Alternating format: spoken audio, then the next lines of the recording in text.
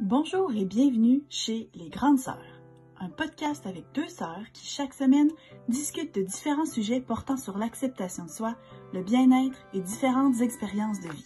On veut se questionner avec vous sur l'identité et la recherche du bonheur avec des conversations intimes et sans jugement. Bref, soyons toutes des grandes sœurs les unes pour les autres. Bonne écoute!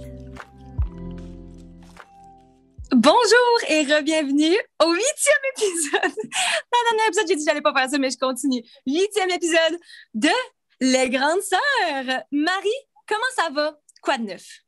Allô, Anso, ça va bien? Ah ben là, attends un petit peu, avant que je dise quoi de neuf, je vais annoncer qu'on parle aujourd'hui. Aujourd'hui, dans notre 8e épisode, pour continuer à mettre l'emphase là-dessus, on parle de notre parcours professionnel, de notre choix de carrière, puis de notre job maintenant. Mais avant ça, oui, j'ai un quoi de neuf. Fait que la semaine passée, j'ai pogné un méchant coup de vieux. Genre, c'est tout le temps toi qui en parle de comme vieillir, puis c'est tout le temps toi qui parle de comment que ça t'affecte. Puis moi, je suis tout le temps comme ah ouais. Mais tu sais, pas que je comprends pas, mais il n'y a jamais vraiment des situations qui me font sentir de même jusqu'à la semaine passée. Bon, ben là, ça m'intéresse, je vais me sentir moins seule. Vas-y. Ouais. Fait que, pour mettre en contexte, la semaine passée au cégep, il n'y avait comme pas de cours, c'était une semaine de récupération. Fait que, avec la pandémie, on fait des horaires différents, puis il n'y avait pas de cours pour laisser le temps aux étudiants de se rattraper, puis tout ça. Fait que moi, j'ai profité du fait que j'avais la semaine off pour rencontrer mes étudiants individuellement. Ça me tentait de pouvoir jaser avec eux autres, de comme leur donner du feedback sur leurs travaux, juste savoir comment ça se passe, s'ils vont bien, m'assurer qu'ils sont à jour. Et voilà. Fait que là, on est rendu comme jeudi, puis j'ai une rencontre avec une étudiante en particulier. Puis rendu vers la fin, j'ai dit « Ah bon, ben parfait, bonne fin de semaine, on se voit la semaine prochaine. » Puis j'ai dit à quel point je trouve ça le fun de pouvoir avoir la chance de les rencontrer individuellement à cause de cette semaine spéciale-là, parce que justement, à distance, oui, j'apprends à les connaître, mais c'est pas pareil. C'est pas pareil que quand on est en vrai.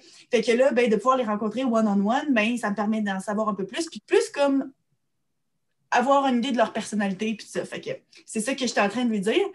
Puis là, elle me dit, « Ouais, mais nous autres, on s'est déjà rencontrés avant. » Fait que là, je pogne un 2 minutes, je suis comme, « C'est rencontré avant. » Fait que là, pendant genre 4 secondes dans ma tête, je suis comme déchirée entre le « Creuse-toi la tête, Marie, c'est qui, d'où est-ce que tu la connais? » Puis l'autre côté, me dire « Oh shit, je me sens comme mal de ne pas l'avoir reconnu. » tu sais. Puis je suis comme « Ah ouais, on s'est déjà rencontrés. De où? » Et là, elle me dit « Ben oui, ma mère, c'est une telle, pour ne pas la nommer. » Et là, je fais des liens dans ma tête. Tu sais, là, on pourrait mettre le meme là, du monsieur qui vous dit, la madame là, qui est là avec toutes les équations de mathématiques, genre. En fait, encore une fois, il faut que je mette en contexte. Depuis que je suis toute petite, je faisais du bénévolat pour un organisme à but non lucratif à Lévis qui genre, aide les enfants dans le besoin. Puis à toutes les... Moi aussi. Là. À tous les ans, il y avait genre un dîner kermesse avec un dîner spaghetti. Puis j'étais tout le temps bénévole pour genre vendre des petites tickets puis ramasser de l'argent puis tout ça. Et puis, une des organisatrices de cet événement-là, mais je la côtoie tous les ans, je la connais, ça se trouve à être la mère de mon étudiante. Fait que là, quand elle me dit « ma mère, c'est une telle », là, je fais des liens, je suis comme « ah oui ». Mais là, tout ce que je vois dans ma tête, c'est je me rappelle quand cette madame-là était enceinte. Je me rappelle quand cette madame-là a amené sa fille les premières fois quand elle était toute petite. Puis je me rappelle que dans les dernières années où je l'ai faite, parce que ça fait une couple d'années que j'ai arrêté, qu'elle l'amenait, puis qu'elle aussi a participé en tant que bénévole, puis qu'elle vendait des petites tickets, puis qu'elle ramassait elle allait porter des breuvages au monde. Mais là, moi, clairement, je suis restée en 2011 parce que la première affaire que j'ai dit, c'est « Ouais, mais t'avais pas 10 ans l'année passée! » Elle est rendue à genre 18 ans, là. Ben là, c'est ça. C'est que si elle est dans ma classe de cégep, elle a au moins 17 ans, probablement 18, peut-être même 19. Là, j'étais comme, ça se peut pas. Genre, quel bout que j'ai manqué. Mais tu sais, pour moi, là, c'était une petite fille. Puis tu sais, clairement, je la connaissais pas des tonnes. Tu sais, c'est une personne que je vois une fois par année. Puis c'est pas comme si, genre, on était chummy. Je suis quand même significativement plus vieille qu'elle, clairement. Fait que j'étais comme, oh my God. Fait que tu sais, toutes les fois où est-ce que j'entendais mes collègues de travail qui me disaient que ça leur donnait un coup de vieux, que je sois devenue leur collègue maintenant parce qu'ils m'ont déjà enseigné. Puis j'étais comme, ah, là, ça y est, c'est genre mon tour. Je suis en train d'enseigner à quelqu'un qui dans ma tête avait 10 ans. Ben, bienvenue dans le club! Ok, c'est ça. Toi, quoi de neuf? Moi, en fait, cette semaine, qu'est-ce qu'il y a de neuf? J'ai découvert une nouvelle YouTubeuse. Puis en fait, elle est fun à écouter, mais je suis plus intéressée par son contenu que par elle. Puis je voulais juste vous en parler, prendre un petit moment, en fait, parce qu'elle parle de colorisme. Je sais pas si vous avez, Marie, je sais pas si tu as déjà entendu ce terme-là. Je vais vous expliquer c'est quoi, puis je trouve ça tellement, tellement intéressant. Puis en fait, je pense que j'en avais déjà entendu parler, puis j'avais complètement oublié, en fait, que ça existait ou c'était quoi, genre. Puis ça prouve, en fait, mon privilège, le fait que, tu sais, je puisse juste oublier c'est quoi ou même pas savoir, tu sais, qu'est-ce que c'est, en fait. Fait que le colorisme, c'est le fait qu'il y a une hiérarchie à l'intérieur d'un même groupe ethnique. Fait que la fille que je suis, la YouTubeuse que j'écoute, elle est noire, puis elle a une peau vraiment foncée. Puis dans le fond, elle disait que ce concept-là vient... C'est pas juste ça existe à cause de l'esclavage, en fait. C'est ça qui est un gros problème puis que les gens ne parlent pas assez, c'est qu'on parle beaucoup de racisme ces temps-ci, surtout dans la dernière année. Mais là, c'est le fait que, tu sais, les gens seraient portés à dire « Ouais, mais c'est entre vous que, genre, vous vous bâchez ou vous vous rabaissez, puis tout. » Puis en fait, elle explique que pendant le temps de l'esclavage, les gens qui avaient des esclaves, c'était une façon de les contrôler, tu sais, pour pas que tous les esclaves, il y avait peur, dans le fond, que le monde se rallie ensemble puis comme se retourne contre eux. Fait qu'ils ont ils ont essayé de les séparer. Fait qu'ils ont dit les gens qui ont une peau plus pâle vont travailler à l'intérieur puis faire des jobs comme dans la maison puis être des servants puis tout. Puis ceux qui ont une peau plus foncée vont être dans les champs puis tout le temps travailler dehors. Fait que ça vient de là, la séparation de la hiérarchisation, dans le fond, de la couleur. De leur couleur. Parce que c'est sûr que je dis pas. En passant, j'ai l'impression que je n'utilise pas les bons termes, mais c'est parce que toutes les vidéos que j'ai écoutées sont en anglais. Fait que là, j'essaie de l'expliquer en français. J'ai l'impression que ça sort tout croche. Si je dis quelque chose pas comme du bon, laissez-moi savoir dans les commentaires. Mais ouais, fait que c'est super intéressant. Puis dans le fond, elle disait que c'est pas juste par rapport à la couleur de peau, mais c'est aussi par rapport aux traits. Puis c'est beaucoup par rapport mettons, les cheveux. Fait que ça dit, mettons, s'il y a une femme qui a une peau très foncée qui a les cheveux lisses, mettons, qui porte une perruque, qui a les cheveux, justement, de blanc ou bien, tu sais, les cheveux vraiment lisses, elle va être vraiment mieux perçue que la même femme avec la même couleur de peau, mais qui a qui ont ses cheveux naturels, mettons. Je pourrais tellement en parler longtemps parce que c'est des choses que viennent souvent sur le sujet quand je choisis les livres puis les choses que j'enseigne à mes étudiants. Puis plus que ça va, plus que c'est dangereux de s'aventurer dans ces territoires-là pour en discuter à l'école. Mais c'est justement quelque chose que je parlais du fait que les femmes noires sont souvent discriminées par rapport à leur job parce qu'ils sont moins prises au sérieux quand ils gardent leurs cheveux naturels. Puis que même si on regarde Michelle Obama, qui était la première dame des États-Unis, tout le long de la présidence de Barack Obama, elle avait toujours les cheveux, elle avait toujours une weave, là, les cheveux, c'est pas une perruque, mais c'est qu'ils sont tressés dans leurs cheveux, mais que depuis ce temps-là, là, elle porte ses cheveux naturels, puis c'est tellement beau, mais d'où vient cette pression sociale-là d'avoir à changer tes cheveux pour avoir des cheveux de personnes blanches, alors que leurs cheveux sont parfaitement beaux et normaux, là. Mais dans la société, c'est encore une fois des choses qu'on ne se rend pas compte en tant que personne blanche de pourquoi est-ce qu'eux autres, ils sentent ce besoin-là. Puis c'est des dépenses, c'est des sous de pouvoir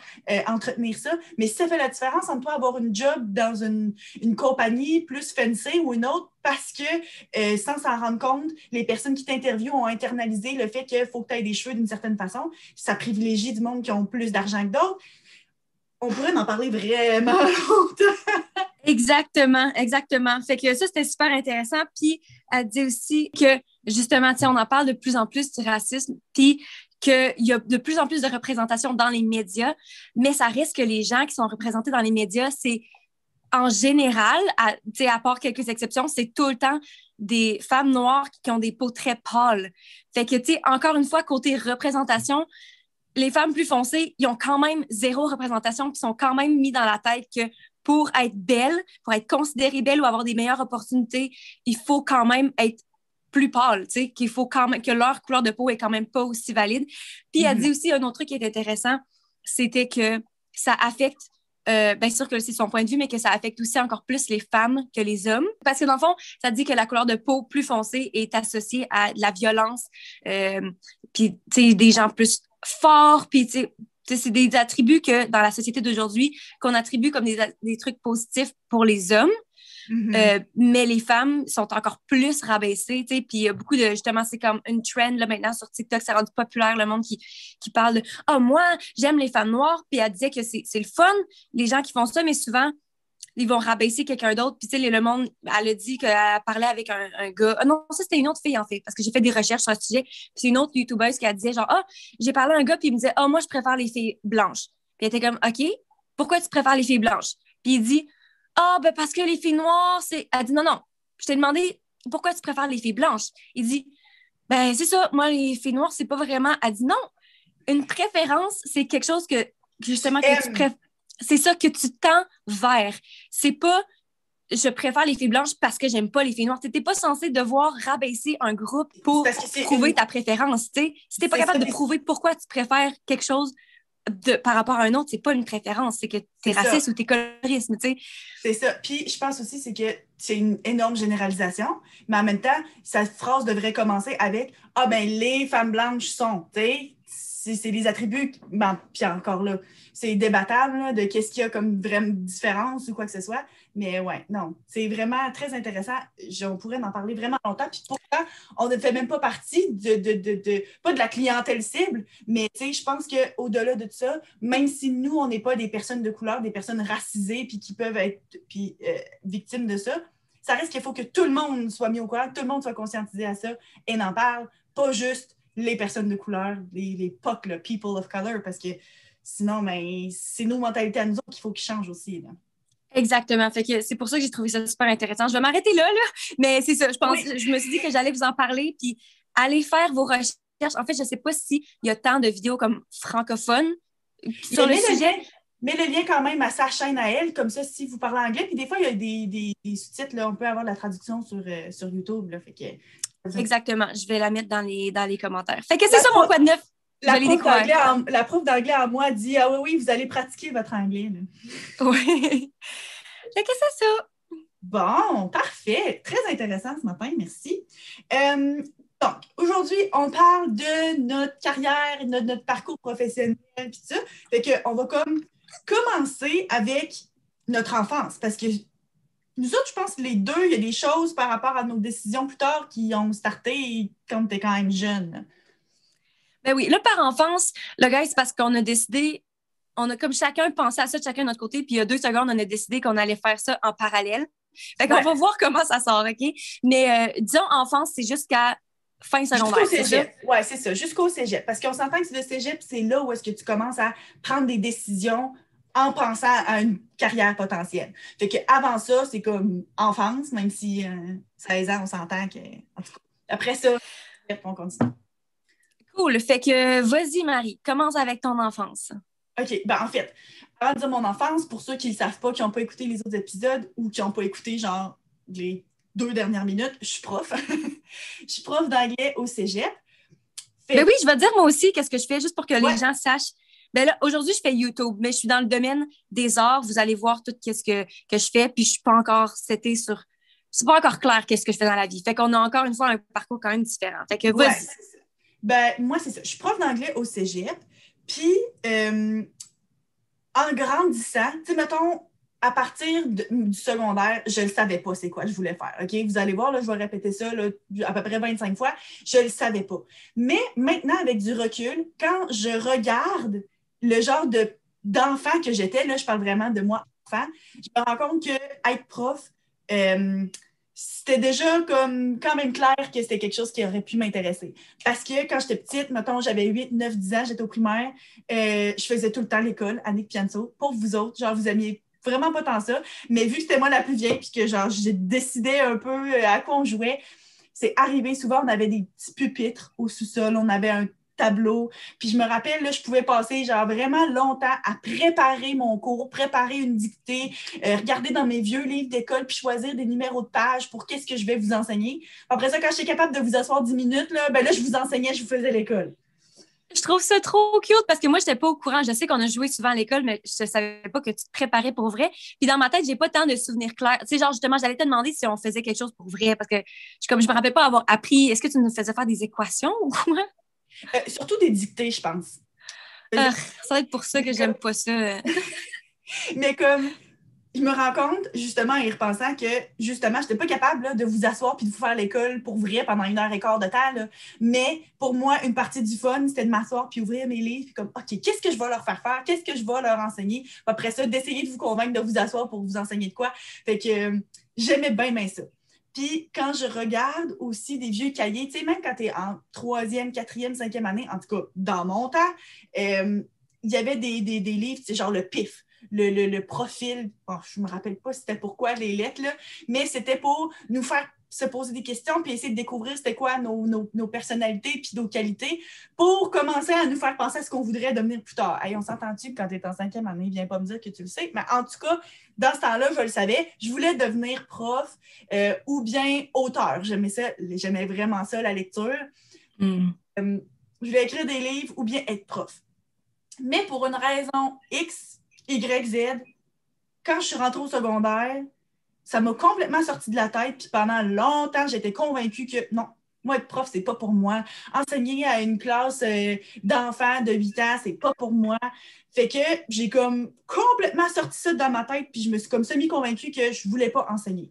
Fait que tout le long de mon secondaire, je savais vraiment pas ce que je voulais, mais je me stressais pas avec ça, par exemple. On dirait que je sais pas pourquoi, ça me dérangeait pas, puis j'avais comme bien confiance que j'allais trouver ce que je voulais, mais une chose était claire, je le savais pas. Au secondaire, t'es encore jeune, c'est quand même normal de ne pas y penser, surtout que tu étais quand même vraiment bonne à l'école. Tu sais, ça devenait naturellement. Fait que je pense que c'était pas non plus un stress de te dire genre, ah ben, je vais pouvoir faire ce que je veux faire dans le futur quand que j'arrive à y penser, là, tu sais.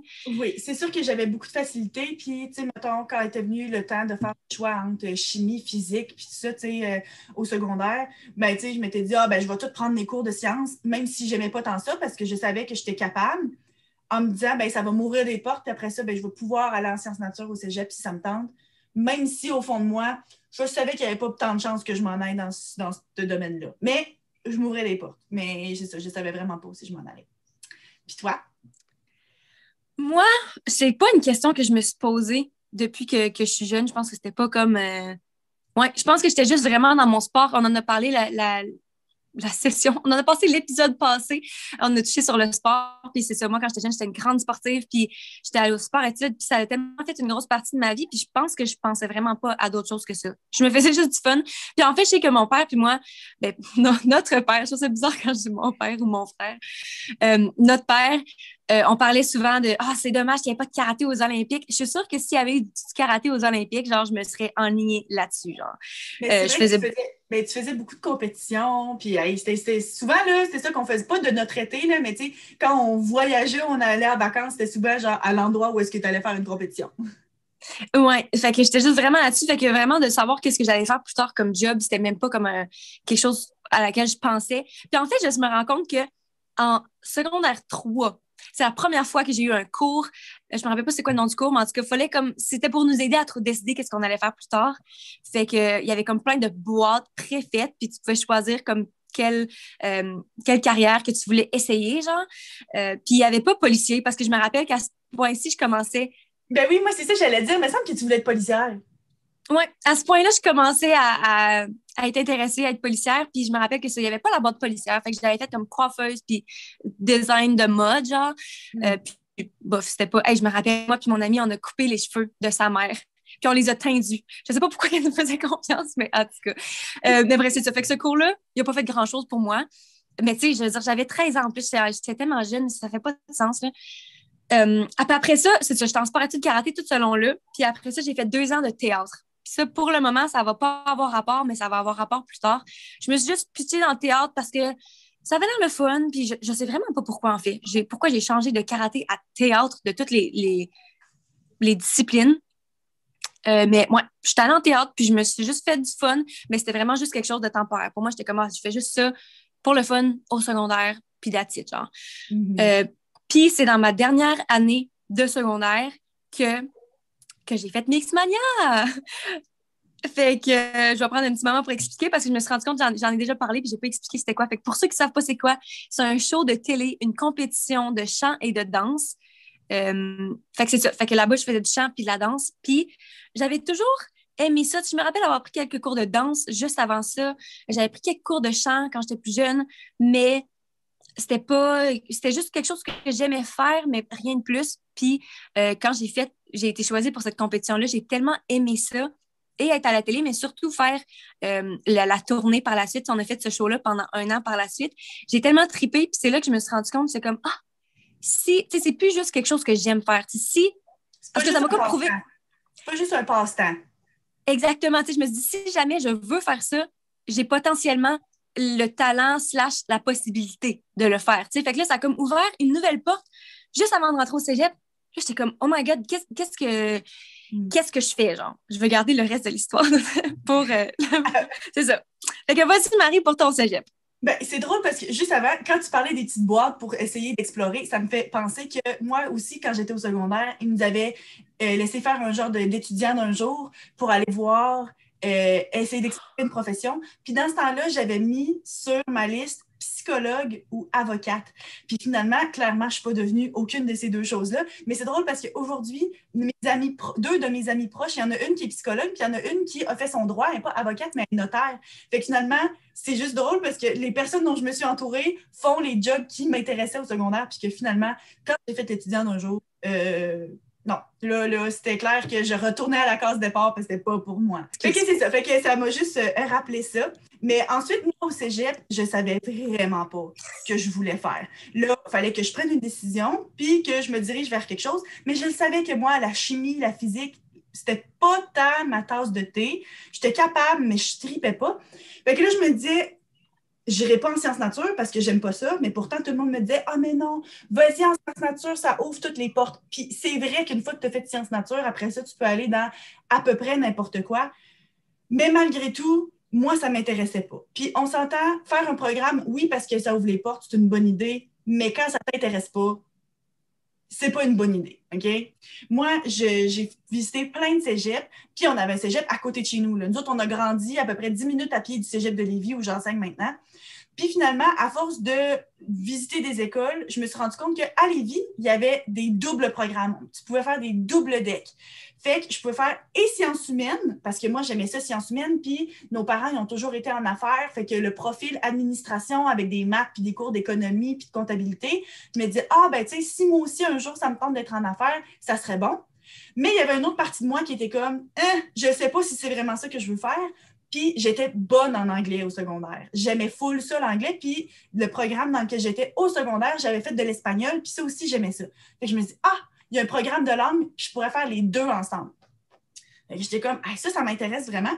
Puis en plus, faire les deux programmes, ça allait me prendre 3 ans. Tu fais comme tous les cours en commun, pareil, qui sont communs à tous les programmes. Puis là, avec ça, c'est un programme de 3 ans au lieu de 2. Puis là, je me dis, en plus, ça va me donner 1 année de plus pour décider ce que je veux faire à l'université. Parce que je savais tellement pas ce que je voulais que je me suis dit, ouais, non, 3 ans, ça sera vraiment pas trop pour décider ça va être quoi que je vais faire dans la vie. Fait que j'ai fait, parfait. En plus, c'est à côté de chez nous. En plus, ça me permet de explorer 2 affaires parce que, tu sais, mettons, j'avais regardé pour aller à St. Lawrence. C'est un cégep anglophone. Fait que je m'étais dit, je vais faire les sciences humaines là-bas. Moi, j'étais comme, ouais, mais c'est pas juste d'étudier en anglais que je veux avoir des cours d'anglais, tu sais. Puis... Fait que bref, c'est ça que j'ai décidé de faire. Puis tout le long de mon cégep, je ne savais pas ce que je voulais bien plus. Mais ce qui se dessinait, c'est que même si j'aimais faire les maths, même si j'aimais les cours d'économie, même si, mettons, mes cours de psycho, je trouvais ça full intéressant, ça reste que mon programme de langue, ça m'allumait. J'aimais ça, les cours d'anglais, j'aimais ça, l'espagnol. J'étais pas très bonne en allemand, mais c'était le fun quand même. Puis, je suis partie en voyage avec des profs. J'allais en Espagne avec mes profs d'espagnol du temps qui étaient sacoches. Puis, on dirait que mes amis, c'était dans le programme de langue. Fait qu'on dirait là, que ça m'a comme vraiment attirée. Puis, je savais quand même pas qu'est-ce que je voulais faire, mais ça, c'était vraiment, vraiment fort. Puis, j'ai adoré mon expérience au cégep. Tu sais, moi, quand je repense à mon parcours scolaire, le cégep, c'était prime of my life. Là. C'était le fun. J'avais de la liberté. Je commençais à conduire. J'avais des nouveaux amis. De 18 ans, tu commences à sortir d'un bar. C'était le fun en plus. Puis j'aimais le programme de langue. Même si, cette semaine aussi, je me faisais bien du fun. C'était juste pas autant que là. Mais je savais toujours pas ce que je voulais. Et toi? Cégep. Tu as tellement eu la même expérience que moi au cégep, en plus. Oh my God, non. OK, fait que là, je reprends mon histoire où est-ce qu'il y a une nouvelle porte qui s'ouvre, OK? En art et en chant, puis en danse, puis tout. Puis là, j'ai commencé à voir, en fait, mes amis de la gang de Mixmania qui, ben pas tout le monde, mais comme tout le monde se cherchait un petit peu, puis il y en avait qui savaient plus parce qu'ils s'en allaient, puis qui ont lâché l'école. Il y en a qui ont lâché l'école, il y en a qui ont juste fini leur secondaire, puis ont arrêté après ça. Puis il y en a d'autres qui ont continué ou bien qui n'étaient pas rendus en fin de secondaire, tu sais. Puis moi, on aurait dit que j'ai eu de la pression parce que je savais pas qu'est-ce que je savais pas, en fait, parce que j'étais comme, j'aime tellement ça, puis c'est le truc que j'aime le plus à date, tu sais, ça ferait du sens de continuer là-dedans. En même temps, j'étais comme, c'est tellement nouveau que si je me lance là-dedans, que j'arrête l'école, puis que finalement, je me rends compte que c'est pas ça que je veux faire, ben là, je me ramasse avec pas d'éducation supérieure. Fait que là, c'était comme un dilemme pour moi, je dois dire. Parce que ça me tentait pas d'aller au cégep, tu sais. Mais au fond, moi, j'avais l'impression qu'il fallait que j'y aille, genre. Oui, puis je dois dire que, tu sais, dans notre famille, l'école, c'était important. Puis, tu sais, et moi et notre frère, on était au cégep, puis on aspirait à l'éducation supérieure. Fait que, tu sais, c'était comme... Puis j'imagine que ça aussi, ça jouait un peu dans le sens de, ouais, mais le mot tout, il faut que je le fasse, là, tu sais. Oui, ben je pense pas que c'était une pression de genre, il faut que je le fasse, mais c'était surtout le fait que j'étais tellement confuse qu'au final, c'était ça la décision qui faisait du sens. C'est qu'au pire, tu vas au cégep pendant le temps que tu décides, puis si jamais je prends une décision après 1 an, ben tu sais, j'aurais pu arrêter le cégep. Mais vu que je le savais pas dans le moment, je me suis dit, je vais commencer le cégep, tu sais. Fait que finalement, mais ce que je savais, c'est que je voulais déménager dans le fond. Parce que, je sais pas si c'est juste parce que pendant Mix, j'habitais plus à la maison, puis avec la tournée, tu sais, j'étais partie pendant tellement longtemps, puis je me faisais tellement de fun que j'étais comme, je veux pas aller à un cégep à côté de la maison parce que j'ai juste besoin de changement, je veux vivre toute seule, j'étais rendue là dans ma vie, genre, tu sais. Mais le problème avec ça, c'est que j'allais pas en sciences nature. Moi, ça a toujours été clair que j'allais pas en sciences nature parce que j'étais pas assez bonne. De toute façon, j'avais pas les maths fortes de 5, de secondaire 5 ou de 4. Fait que, en gros, moi, sciences nature, c'était pas une option. Mais la fois, c'est que si j'allais dans une science humaine, qui est un programme de base qui donne partout, j'étais là, je peux pas justifier d'aller dans un cégep à Québec puis de payer un appartement à côté de chez nous quand que je peux, genre, aller à un cégep à 2 minutes d'auto de la maison, tu sais. Fait qu'à cause de ça, j'étais allée au cégep de Lévis, en sciences humaines, c'est ça. Puis moi, j'ai pas une belle expérience. Je vais pas m'embarquer là-dedans parce que ça se pourrait qu'on fasse un épisode sur l'école, puis notre expérience scolaire, puis de vous donner des trucs par rapport à ça. Mais ouais, moi, j'ai pas tant trippé. Puis toutes ces 2 années-là, j'ai fait 2 ans et demi parce que justement, j'étais en tournée la première année, fait que ça a comme tout décalé mes cours. J'avais aucune idée, justement, qu'est-ce que je voulais faire. Puis je me rappelle même pas m'être posé la question tant que ça. Genre, on aurait dit que j'essayais juste de survivre. Genre, j'aimais tellement pas ça le cégep. J'étais juste comme, j'allais à mes cours, j'allais à la maison. J'essayais même pas de penser à qu'est-ce que j'allais faire après. C'était vraiment une période bizarre, genre, de ma vie. Puis en fait, maintenant que je pense, c'était en même temps que j'ai eu mes troubles alimentaires, l'épisode 3, si jamais vous voulez aller retourner l'écouter. Fait que je pense que j'étais tellement là-dedans, j'étais tellement dans mes troubles alimentaires, puis j'étais tellement obsédée par mon image, puis la nourriture, puis tout, que je pense que c'est une des grosses raisons pourquoi je pensais pas à mon futur, parce que j'avais tellement ce gros problème-là à gérer à ce moment-là, genre. OK, toi, Marie, on est rendu à l'université déjà? Ouais, ben là, après 3 ans de cégep, à me faire un fun fou de moi qui me disait « Oh my God, une chance que j'ai fait ça sur 3 ans parce que je me faisais donc bien du fun », est venue l'heure de choisir ce que je faisais à l'université. Moi, à ce moment-là, je savais que je voulais aller à l'Université Laval. Ça ne me tentait pas nécessairement de m'en aller. Moi, contrairement à toi qui avais hâte de t'en aller, moi, j'étais très bien à la maison. Puis, je ne savais toujours pas ce que je voulais. Puis, je travaillais au restaurant avec nos parents. Puis, j'aimais full ça. Fait que j'étais comme, moi, je n'ai pas vraiment de justification. L'Université Laval, c'est juste à Québec. C'est pas très, très loin, clairement. Je vais y aller avec ça. Mais je ne savais pas quel programme je voulais. Mais là, même pas proche. Fait que là, je regardais. Je me rappelle avoir passé vraiment beaucoup de temps avec notre père à regarder les brochures puis les catalogues, parce qu'on s'entend à l'Université Laval, là, il y a combien de programmes? Genre 850 millions? OK, peut-être 850 000. Mais comme, je ne savais tellement pas. Puis là, je regardais, puis là, on mettait des post-it sur tout ce qui potentiellement m'intéressait, mais tout potentiellement m'intéressait. Fait que finalement, je me suis inscrite dans 2 programmes en relations industrielles ou relations internationales, je me rappelle même pas, et en communication. Je trouvais que ça rejoignait le côté genre langue puis ouverture sur le monde de mon programme de langue, puis aussi le côté plus pratico-pratique. Je m'étais dit éventuellement en communication, je pourrais switcher à l'administration. Ça me tente justement encore une fois de reprendre les business familiales. Fait que je me suis dit, parfait, je vais m'inscrire là-dedans. Puis secrètement, j'espérais être refusée dans un des deux programmes pour que la décision se fasse pour moi. Mais j'avais une excellente cotère, fait que c'était évident. C'était pas des programmes très contingentés, c'était à peine contingenté. Fait que, tu sais, je le savais que j'allais être acceptée dans les deux. Mais je savais tellement pas, j'étais tellement ambivalente, j'étais même tellement pas capable de prendre de décision que je me disais, s'il y en a un des deux qui veut me refuser, ben ça va décider, regarde, relation industrielle veut pas de moi, ça veut dire que je suis due pour aller en communication ou vice-versa. Mais évidemment, j'ai été acceptée dans les deux. Et puis là, je ne savais pas quoi faire. Et donc, j'ai repoussé la date que j'acceptais. Parce qu'une fois que tu es accepté, c'est toi qui cliques sur « OK, je choisis celui-là ». Mais j'ai laissé passer tout l'été, puis j'ai pas pris de décision. J'ai le temps. Puis, 2 semaines avant que l'université recommence, là, j'avais plus le choix. Hein? 2 semaines avant, là, à un moment donné, il faut que tu te branches. Ouais. Et j'ai comme eu un moment de panique dans ma tête, de genre, c'est pas ça que je veux. Là, je paniquais, j'étais comme, je peux pas accepter aucun de ces deux programmes-là. C'est pas vraiment ça que je veux faire. Qu'est-ce que je fais?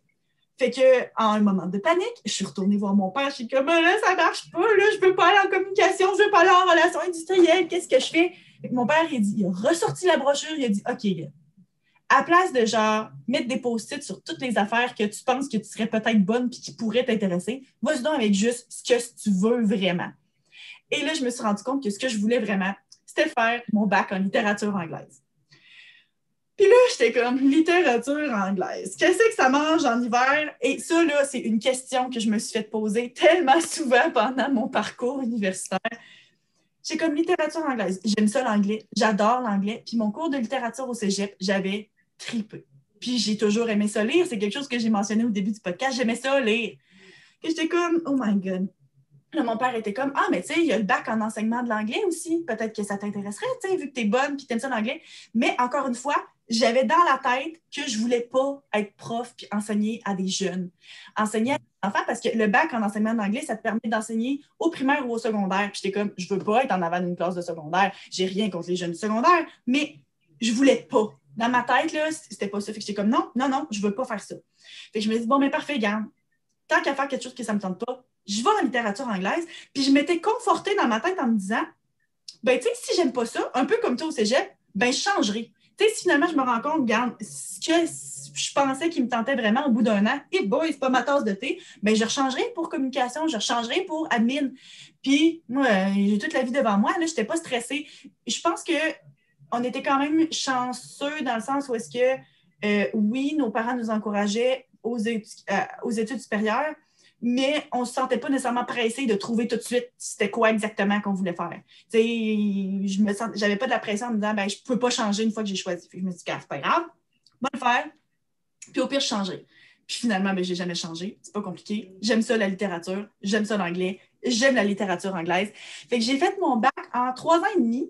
Normalement, c'est 3 ans, mais je travaillais quand même pas mal au resto en même temps. Puis, je dois dire que, pas que j'étais paresseuse, là, mais tu sais, 4 cours par session, ça faisait mon affaire. J'avais le temps pour ma vie sociale, j'avais le temps de travailler en masse. Mon horaire était quand même plus libre. Fait que je l'ai fait sur 3 ans et demi. Puis, tout le long de mon université, quand j'étais, mettons, au restaurant, puis tu sais, quand t'es jeune puis t'es serveuse, tout le monde te pose tout le temps la question, ben là, toi, t'étudies en quoi? Comme si c'était impossible de vouloir être serveuse de profession, chose que je déplore un peu, parce que, tu sais, il y en a plein de personnes dans notre entourage qui sont serveuses, puis que c'est un travail qui est très, très le fun, puis vraiment pas aussi facile qu'on pourrait le penser. Mais tu fais tellement d'argent aussi, tu sais, ça paye aussi bien, tu sais, je comprends pourquoi quelqu'un veut faire ça toute sa vie, tu sais. Si t'es bon, tu sais. J'ai jamais été aussi riche que quand je travaillais au resto. Genre, c'est pareil. c'est pas de ça qu'on parle aujourd'hui, là, mais my God, que j'étais riche quand j'étais au cégep et à l'université. Ben, tu sais, j'habitais chez nos parents en plus, là, fait que, tu sais, j'avais pas de dépenses. Moi, j'ai jamais eu de voiture, puis je vivais chez nos parents, fait que, hein, on s'entend que l'argent faisait rien de piler. Mais bref, je savais quand même pas qu'est-ce que j'allais faire, parce que justement, le monde au restaurant me demandait « Ah ouais, fait que t'étudies en quoi? » Puis quand je disais littérature anglaise, tout le monde était comme « OK, puis ça mange quoi en hiver? Qu'est-ce que tu vas faire avec ça après? » Puis là, ben, je savais jamais quoi répondre. Puis là, ben, tu peux devenir prof, tu peux éditer, tu peux aller dans le temps, tu peux. J'avais pas vraiment de réponse parce que je ne savais pas qu'est-ce que je voulais faire. Fait que j'ai fait 3 ans et demi d'université sans savoir où c'est que ça me menait. Fait que si vous vous sentez mal de ne pas savoir ce que vous voulez faire puis que vous avez 15 ans, là, vous avez le temps. Ben là, j'en ai 26 puis c'est encore pas clair. Fait que ouais, sentez-vous pas trop mal, sinon je vais me sentir mal. On est rendu à mon parcours d'université. OK, ben dans le fond, mon parcours d'université continue dans l'année avant que je commence à l'université. Dans le fond, j'avais comme un 6 mois parce que j'ai fait 2 ans et demi de cégep. Puis j'avais un 6 mois que fallait que je décide qu'est-ce que je faisais. Puis, je me rappelle, j'avais encore aucune idée à ce point-là. Fait que là, j'essaie de penser, puis je me rappelle être allée voir la conseillère d'orientation. Puis, je suis rentrée là en me disant « Parfait, comme j'ai un meeting avec elle, puis quand je vais ressortir de là, je vais savoir dans quoi que je m'en vais. » Fait que je suis rentrée là, puis je me rappelle de dire « Oui, je veux aller à l'université. » Moi, c'était comme mon rêve. J'avais tellement écouté des films où est-ce que ça se passe à l'université, puis je voulais vivre l'expérience universitaire. Genre, pour moi, c'était important. Genre, c'était comme un trip que je voulais vivre. Puis, on a commencé à parler justement de différents domaines, puis blablabla. Puis, je me rappelle que j'étais comme ouverte à tout, mais que au final, quand je lui parlais, il n'y avait rien qui m'intéressait vraiment, genre. Puis, je me rappelle qu'à la fin de la session, elle m'a dit « Ben, je te vois comme dans aucun programme universitaire. » Elle dit « C'était pas fait pour l'université. » Puis, ça m'a vraiment fait de quoi? Parce que j'étais comme « Quoi? Genre, qu'est-ce que ça veut dire, genre, que je suis pas faite pour l'université? Genre, c'est ta job de nous aider à trouver qu'est-ce qu'on va faire. Puis après une session, t'es même pas genre, OK, on devrait se revoir. Non, toi, c'est tellement clair pour toi que l'université, c'est pas fait pour moi que j'étais comme, OK, mais en fond, qu'est-ce que je fais à essayer d'aller à l'université? Puis si je m'en vais pas à l'université, ben, qu'est-ce que je fais de ma vie? Parce que j'ai encore aucune formation dans rien. Je sais toujours pas qu'est-ce que je veux. Tu sais, comme, j'étais pas prête, là. Il fallait que j'aille à l'université pour essayer de me trouver, genre. Puis ça m'a tellement fait de la peine qu'elle me dise ça parce que j'étais comme, moyen, peut-être que je sais pas les notes. Peut-être que je suis juste, j'étais juste vraiment, vraiment perdue après ça. Fait que je me rappelle dire. Moi aussi, je me rappelle de ça, tu sais, de toi qui étais comme, mais non, mais c'est sûr, pour toi, ça avait tout été clair que tu allais à l'université. Fait que là, de penser, OK, il y a d'autres options. Qu'est-ce que je pourrais faire d'autre? Tu étais comme. Je me rappelle que tu n'avais tellement aucune idée, là. Fait qu'après ça, j'ai comme pris ce moment-là, tu sais, j'avais comme un break. Dans ma tête, j'allais pas à l'université. Je me rappelle. Puis, je pense que, tu sais, quand tu dis, mettons, nos parents nous ont toujours incités, mais jamais forcés, je pense que moi, j'étais tellement perdue, puis je savais tellement pas dans quoi que je m'en allais, qu'ils m'ont jamais parlé d'université. Parce que je pense que même eux, ils savaient pas dans quoi que j'allais aller. Genre, je me rappelle pas avoir eu aucune pression, aucun parlage de ça. Je savais juste pas. Puis, je me rappelle avoir commencé justement à prendre des démarches pour moi-même, faire comme, OK. Puis, tu sais, je voulais tout faire. Genre, je me serais vue en tant que psychologue.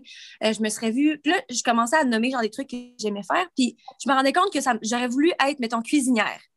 Mais je voulais être cuisinière si j'étais genre à un show de télé où j'avais un show de télé de cuisine. Puis après ça, j'étais comme, design intérieur, ça serait cool. Mais c'est parce que je voulais mon show de télé. Puis là, hey, telle affaire, mais c'est parce que je voulais avoir un show de télé de telle affaire. C'est parce que j'avais vu une émission où est-ce que les gens faisaient ça. Fait que là, finalement, après du recul, j'étais comme, ben, écoute, dans le fond, c'est pas que je veux tout faire, c'est que je veux avoir un show de télé. Tu sais, je veux faire de la télé. Je sais pas pourquoi ça m'a pris autant de temps, genre, à réaliser ça. Fait que finalement, j'étais comme, bon, j'ai regardé les programmes universitaires, puis j'étais comme, ben, il y a des programmes de communication, tu sais, pour être, mettons, animatrice, communication et télévision. C'est un programme que j'ai trouvé qui donnait à l'UQAM. Puis en plus de ça, c'est à l'UQAM, fait que c'est à Montréal. Puis moi, j'ai toujours voulu vivre à Montréal. Puis ça voulait dire que j'allais pouvoir partir de la maison, tu sais. Fait que là, moi, j'étais super intéressée. Fait que là, il y avait une journée au cégep où est-ce que c'était tous les kiosques d'universités différentes allaient à mon cégep. Fait que j'étais comme, parfait, je vais y aller avec mon père, puis on va pouvoir aller visiter les kiosques. Puis moi, mon but, c'était d'aller au kiosque de l'UQAM, de l'Université à Montréal, puis de leur demander, genre, par rapport à leur programme, puis tout. Fait que je me rappelle qu'on est arrivé, puis il faisait vraiment pas beau cette journée-là, il faisait tempête. Fait que il y avait le trois quarts des kiosques n'étaient pas arrivés. Genre, tout le monde était en retard. Fait que là, on faisait juste se promener, puis on allait voir le monde qui était là, mais tu sais, sans vraiment un intérêt. Puis j'entends quelqu'un faire comme « Oh my God, t'as les cheveux mauves! » Parce que dans ce temps-là, j'avais les cheveux mauves. Fait que je me retourne, c'est comme, c'est qui dit ça, tu sais, avec autant de joie, puis tout. Puis je me retourne, puis c'est la seule fille jeune. Toutes les autres kiosques, c'était tout du monde plus vieux, des madames plus vieilles, plus matures, des hommes plus vieux. Puis elle était jeune, elle était dans sa vingtaine, puis elle était à son kiosque. Tout le kiosque est tout mauve. Puis elle dit « C'est la couleur de notre école! » J'étais comme « Oh my God! » Genre, elle m'a fait sourire, genre, dès le début. Fait que là, je m'en vais voir, j'étais comme « Hey, c'est quoi ton école? » Puis tout, puis elle parlait anglais, genre. Mais elle essayait de parler en français aussi. Puis elle était comme « Ah, ben, c'est Bishop, l'université de Bishop. » Puis tout. Puis j'avais jamais entendu parler de cette université-là. Jamais. C'est au Québec, c'est à Sherbrooke, en fait. Puis c'est une université anglophone. Puis Marie a dit qu'elle a toujours été bonne en anglais. Moi, c'est pas mon cas. Ben oui, OK. Là, petit aparté, là. Anne-Sophie, c'est sûr que, tu sais, quand elle grandit puis qu'elle dit qu'elle n'est pas aussi bonne à l'école puis qu'elle n'est pas bonne en anglais, c'est sûr que c'est parce qu'elle se compare à une sœur puis un frère plus vieux. Puis oui, j'ai toujours été bonne en anglais. Fait qu'elle, si elle se comparait, elle se trouvait pas bonne. Elle était full bonne en anglais. Peut-être pas aussi bonne, elle était très bonne en anglais. OK, j'étais dans les programmes d'anglais comme avancé à l'école, mais c'est parce que j'ai énormément d'anxiété. Fait que moi, là, je me rappelle mes expériences d'anglais, surtout au primaire quand ça a commencé, ça me donnait tellement de stress, puis j'étais pas capable de me concentrer. J'ai toujours de la difficulté à porter attention, puis tout. Fait que je me rappelle que même quand on apprenait les trucs les plus faciles comme Apple, puis tu sais, comme les mots Yes, No, Toaster, genre, je me rappelle que quand c'était le cours d'anglais, j'essayais de m'asseoir à la place qui était comme à l'arrière du prof pour pas qu'il me pose de questions, pour pas qu'il me voie, genre, tu sais, ça fonctionnait jamais, mais comme, j'ai toujours associé une énorme anxiété par rapport à l'anglais. Puis même quand j'étais à l'école, j'étais bonne, mais j'avais la difficulté à prendre plaisir parce que ça me stressait tellement, genre. Okay. Fait que c'est ça. Fait que là, mais c'est ça, j'ai toujours aimé ça, tu sais, on écoutait la télé en anglais, puis tout, fait que, tu sais, c'est un intérêt. Anglophone. C'est ça. Fait que c'était un intérêt, justement. J'étais comme, oh my God, ça va être un challenge pour moi. Mais en même temps, ça me faisait peur, genre. Puis, fait que là, j'ai demandé, je me rappelle, j'ai dit, fait que est-ce que vous avez, c'est quoi vos programmes? Genre, est-ce que vous avez un programme de communication, télévision? Elle a des gros yeux, puis elle regarde ses papiers, puis elle dit, on a un programme de théâtre. Genre, c'est tellement pas pareil, c'est tellement loin, genre. Puis j'avais fait les 2 ans de théâtre au secondaire, mais après ça, je n'avais jamais pris en considération de faire du théâtre, ni au cégep, parce qu'il y avait un programme de théâtre au cégep, ni à l'université, parce que dans ma tête, c'était juste pas pour moi. Encore une fois, c'est juste comme, c'est pas pour moi. J'ai pas l'impression que je fit dans les gens du théâtre. Puis pourtant, c'est drôle que je dis ça, que j'ai pas l'impression de fitter, parce que en général, le monde de théâtre a une réputation d'être une gang de gens qui fitent pas dans l'école normale, tu sais. Mais moi, j'avais juste pas l'impression que j'étais censée faire ça. J'étais là, je vais pas fitter, puis c'est pas pour moi.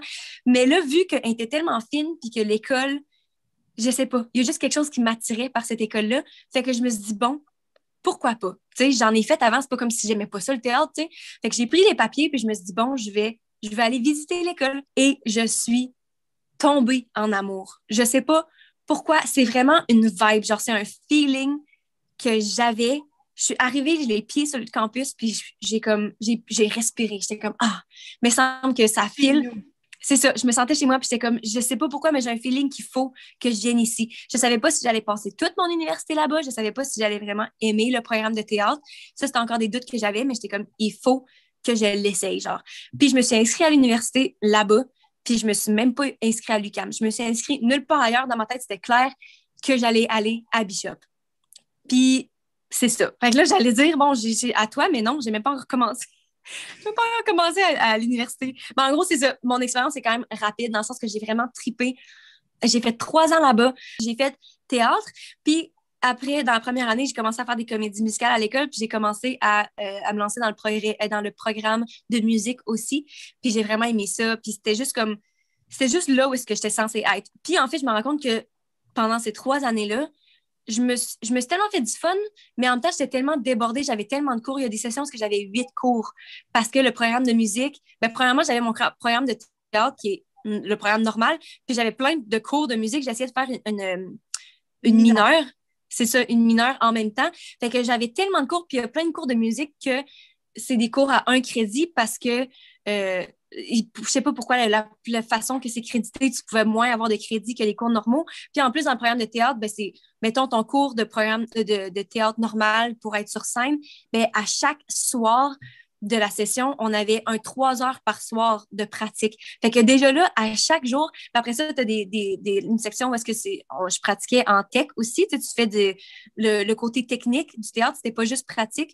Fait que fallait que j'aille accrocher des lumières, puis apprendre à peinturer, faire des sets, puis tout. Puis c'est une grosse affaire. Puis en plus de ça, en fait, c'est drôle parce que notre programme, on a des parcours différents, mais dans mon programme de théâtre, j'avais énormément de littérature parce que je lisais beaucoup de pièces de théâtre. Puis c'était en anglais parce que c'est une école anglophone. Fait que je faisais beaucoup de littérature anglaise au final. Oui, je sais, puis je me rappelle, des fois, tu me parlais des pièces que j'avais lues moi aussi, parce que moi aussi, j'ai fait des cours de littérature, tu sais, de théâtre aussi. Moi, pas pour acter, mais tu sais, d'analyser des pièces.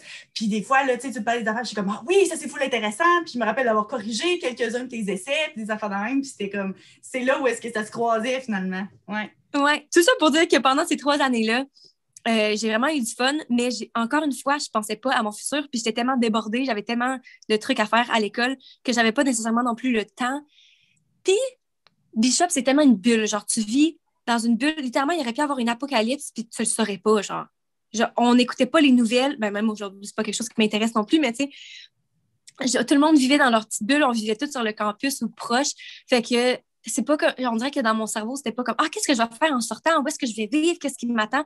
Non, j'étais juste vraiment à 100% dans l'expérience Bishop, puis je vivais ça. Fait que c'est là où est-ce qu'on en est pour la fin de mon expérience d'université. Ben, moi, maintenant que je reprends la parole, j'ai pas vraiment fait toute mon expérience d'université parce que mon bac, je l'ai fait en 3 ans et demi. Mais après ça, une fois que j'ai fini, quand je savais toujours pas ce que je voulais faire, j'ai pris une session off, un peu comme toi. Je savais pas ce qui allait m'arriver. Fait que je me suis dit, bon, ben là, c'est pas le temps de commencer un programme maintenant de toute façon parce qu'on est à l'hiver. Fait que j'ai travaillé pendant toute la session d'hiver, si on veut. Puis j'ai travaillé sur un projet personnel. Là, j'ai travaillé sur un livre. Puis là, ben, j'allais te voir. Fait que là pendant ce temps-là, là, j'étais moi aussi souvent à Bishop, même si j'ai pas étudié là. Et là, plus que tu avançais, plus que j'étais comme, qu'est-ce que je fais? Qu'est-ce que je fais? Et là, je sais pas d'où m'est venue l'idée. Je sais pas d'où est-ce que c'est ressorti. Pour vrai, là, j'ai aucun souvenir. Mais à un moment donné, je me suis dit, ben peut-être que l'enseignement, c'est pour moi finalement. Mais j'avais encore le même problème. J'avais encore là, ça me tente pas d'enseigner à des enfants ou à des ados. Puis là, bon, on dirait qu'à un moment donné, j'ai comme fait, ouais, ben Marie, t'es donc bien conne. Ce que t'as aimé, c'est le cégep. C'est là que ça te tente d'aller. Puis, oh non, là, je pense que je m'en rappelle.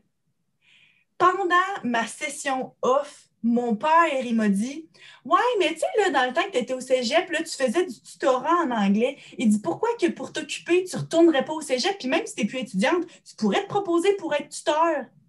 Puis je m'étais dit, ah, ben oui. Puis moi, j'avais aimé ça, le cégep, là, tu sais. Fait que je suis retournée, puis j'avais offert mes services en tant que tuteur pour aider du monde en anglais. Puis on dirait que là, c'est là que j'ai fait, ah ben, Colin, ça ne me tente pas d'enseigner au secondaire puis au primaire, mais au cégep, par exemple, peut-être.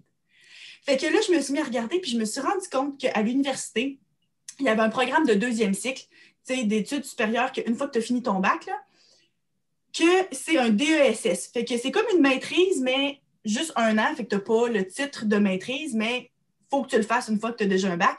Puis c'était en enseignement collégial. Fait que c'est un programme d'1 an que tu fais pour t'apprendre, mettons, la psychologie du jeune adulte, pour savoir comment enseigner, la pédagogie, comment monter des grilles d'évaluation, puis ça. Puis que, pairé avec ton bac, que ce soit un bac en théâtre, un bac en sciences politiques, un bac en anglais, un bac en maths, bien là, ça te permet d'enseigner cette matière-là au niveau collégial. Fait que j'étais comme... C'est parfait. Alléluia! 1 an d'université, après ça, je vais être qualifiée pour enseigner au collégial. Parce que sinon, l'autre façon que tu as de pouvoir enseigner au cégep, c'est d'avoir une maîtrise, tout simplement. Puis moi, ça ne me tentait pas de faire une maîtrise en littérature anglaise. Parce que autant que j'avais aimé mon programme, autant que je n'avais pas l'impression d'être assez bonne, ce qui n'était pas nécessairement vrai, mais en tout cas, bref. Et aussi, j'avais peur de ne plus aimer ça. J'avais peur de m'écœurer de lire. Puis c'est tellement quelque chose que j'ai toujours adoré que je me suis dit, Là, je lisais du genre 15 livres par session. Là, j'étais comme, là, si j'en fais ça encore pendant 2 ans, à un niveau encore plus loin, j'étais convaincue que j'allais me mettre à haïr la lecture et la littérature. Fait que j'étais comme, je veux pas faire ça. Mais là... Parce que c'est pas le fait de lire 15 livres, mais c'est le fait que tu as tellement à lire que tu peux plus lire en loisir parce que tu n'as pas le temps. Fait que là, ça enlève le fun de tout ça, genre. C'est ça, exactement. Fait que je me suis dit, le DSS, ça serait parfait. Puis en plus, dans ce temps-là, mon chum, lui non plus, lui est en sciences politiques, un autre programme que tu ne sais pas nécessairement où c'est que ça s'en va. Il ne savait pas qu'est-ce qu'il voulait faire non plus. Puis lui aussi avait aimé son cégep, puis quand j'ai parlé du DSS, ça l'intéressait lui aussi. Il se disait, il me semble que je me verrais prof de cégep. Fait qu'on est inscrits ensemble. On a fait notre programme ensemble. C'est cute! Finalement, mon chum aujourd'hui, c'est pas ça qu'il fait, mais son background est de sciences politiques et d'enseignement collégial, même s'il n'enseigne pas au cégep, ça lui sert beaucoup. Mais moi, dans le fond, j'ai commencé le programme avec lui, on faisait nos cours ensemble, c'était bien fun, mais fallait qu'on fasse des stages. Puis moi, au début, quand on voulait s'inscrire à un stage pour aller se pratiquer, puis tout ça, il nous recommandait, c'est pas facile d'avoir des stages au collégial, c'est pas quelque chose comme au primaire ou au secondaire qui a comme un système, c'est vous autres qu'il faut caler puis demander au prof, « Hey, veux-tu me prendre comme stagiaire? » genre. Puis eux autres, il n'y a pas aucune libération pour ça. Tu sais, pas que tu n'as pas d'avantage à avoir un stagiaire, mais ça fait rien que tu as rajouté de la job. Là, fait que c'est vraiment pas tout le monde qui veut en avoir. Fait qu'il nous avait recommandé, allez donc dans le cégep où vous êtes allés. Comme ça, s'il y a des profs qui se rappellent de vous, il y a plus de chances que ça leur tente de vous prendre que quelqu'un qui ne t'a jamais parlé. Fait que je me suis dit, parfait, aller au cégep de Lévis. J'ai écrit à 2 de mes profs du cégep, 2 profs qui étaient vraiment différents. Puis je leur ai demandé, est-ce qu'il y a un de vous deux qui voudrait me prendre comme stagiaire? Puis en fait, oui, on va te splitter. On va tous les deux être ton prof associé, si on veut. Puis on va se splitter la job entre nous deux. Fait que je suis retournée à mon cégep avec 2 profs qui m'avaient enseigné en tant que stagiaire et je me suis fait un fun noir. Là, j'allais dans tous les cours, je m'assoyais, tout le monde dans les cours pensait que j'étais genre une nouvelle étudiante qui s'incrustait dans leurs cours alors que genre je voulais devenir leur prof. Puis, t'étais jeune, là? T'étais jeune, j'avais t'avais l'air jeune? 23 ans. J'avais 24 ans. Fait que là, j'ai adoré ça. Puis, vers la fin de la session, là, je donnais des cours. Ça faisait partie de mon stage d'avoir à donner quelques séances de cours. Et là, je me faisais full de fun. Et là, quand j'ai commencé ma session à l'hiver, j'ai commencé un 2e stage. Puis, pendant un temps, je me demandais, est-ce que je fais mon 2e stage encore à Lévis ou je vais voir ailleurs? Puis, pour vrai, je voulais aller dans un autre cégep parce que je me disais, c'est tout ce que je connais. J'ai passé 3 ans là. J'ai adoré ça. Là, j'ai fait mon stage là. J'ai dit, il faudrait bien que je mette les pieds dans un autre cégep dans ma vie, tu sais. Fait que j'ai vraiment, vraiment considéré. Puis là, je me suis dit, c'était plus simple pour moi de rester où est-ce que j'étais. Puis, tu sais, on s'entend, là, moi, mon chum en sciences politiques, il avait vraiment eu la difficulté à se trouver un stage. Tu sais, il était rendu à Victoriaville, il fallait qu'il fasse la route, puis ça. Fait que j'étais comme, je trouve bien de rester là s'ils sont pour me reprendre. Puis aussi, tu habitais encore chez nos parents, puis toi, ça n'a jamais été un intérêt de partir. Fait que, tu sais, au final, si tu veux rester proche, justement, pourquoi pas? Tu sais, ça ne vaut pas la peine d'aller essayer d'aller quelque part d'autre. T'sais. Exactement. Puis, finalement, ça a été la meilleure décision que j'ai jamais prise parce que j'ai commencé la session à l'université. La session d'université commence genre 1 semaine avant.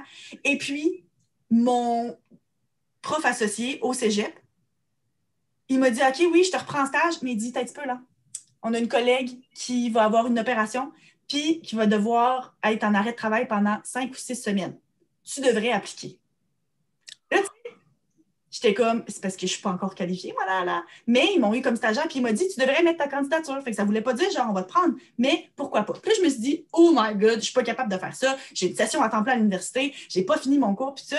J'étais comme, je ne peux pas faire ça. Puis là, je me suis dit, tu vois, les chances qu'ils me prennent sont minces, fait que je suis aussi bien d'aller faire l'entrevue, ça va me donner de l'expérience d'entrevue parce qu'en plus, à ce moment-là, moi, je n'ai jamais travaillé pour personne d'autre que nos parents. J'ai toujours travaillé pour nos parents, fait que je n'ai jamais fait d'entrevue de ma vie. Fait que je me suis dit, avant d'aller sur le marché du travail, même s'ils ne me prendront pas, ce serait une bonne idée de faire ça. Puis en plus, je vais me sentir en sécurité parce que c'est tout du monde que je connais, parce que je suis déjà allée dans le cours, puis ils me connaissent.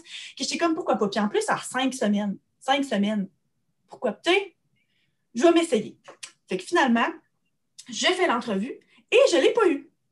Il y a une autre fille qui avait de l'expérience déjà, qui ont engagé. L'affaire, c'est qu'elle avait déjà une tâche d'enseignement dans un autre cégep, puis elle ne pouvait pas prendre la charge complète de la prof qui partait en congé maladie.